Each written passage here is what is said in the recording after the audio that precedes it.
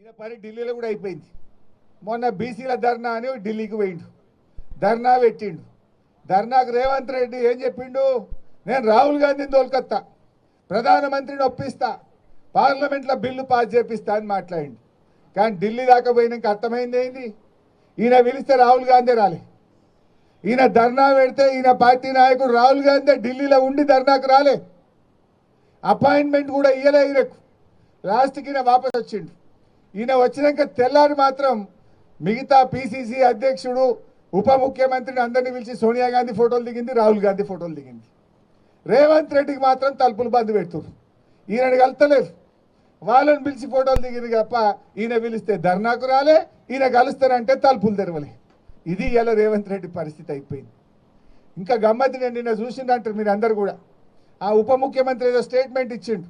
ఈ రాష్ట్ర Congress party incharge Meenakshi గారు ఆదేశించిందట, ఉప ముఖ్యమంత్రి హెచ్సియు విద్యార్థుల మీద కేసులు ఎత్తేస్తున్నాము అని చెప్పిండు. మరి పెట్టిందేవాడు? కేసులు పెట్టిందేవాడు? పెట్టిందేమో ముఖ్యమంత్రి, ఆయన్నే హోంమంత్రి, ఆయన్నే ముఖ్యమంత్రి రేవంత్ రెడ్డి.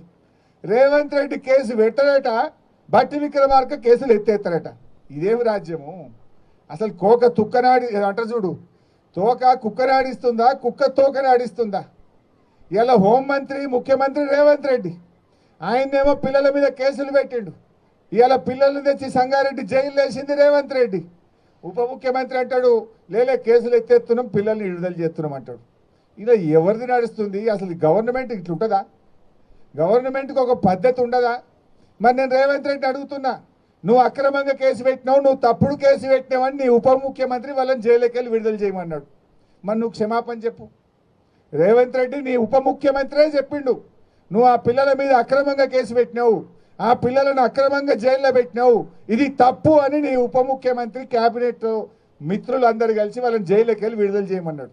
కేసు పెట్టింది నువ్వే కదా రేవంత్ రెడ్డి. మరి నువ్వు రేవంత్ రెడ్డి, నేను డిమాండ్ చేస్తున్నా, నువ్వు అక్రమ కేసు పెట్టినందుకు రాష్ట్ర హోంమంత్రిగా, రాష్ట్ర ముఖ్యమంత్రిగా హెచ్సియు పిల్లలకు బేషరతుగా క్షమాపణ చెప్పాలని చెప్పి నేను ఈరోజు రేవంత్ రెడ్డి డిమాండ్ చేస్తా ఉన్నా. అసలు నీ పరిస్థితి ఆగమైపోయింది. నువ్వు ఏం చెప్తున్నావో మీ మంత్రులే ఇలాంటి పరిస్థితి ఏర్పడ్డది. అంతా ఆగమాగం. రేవంత్ రెడ్డి పాలన సగం సగం ఆగమాగం, ఏది చూసినా సగం సగం, అంతా ఆగమాగం.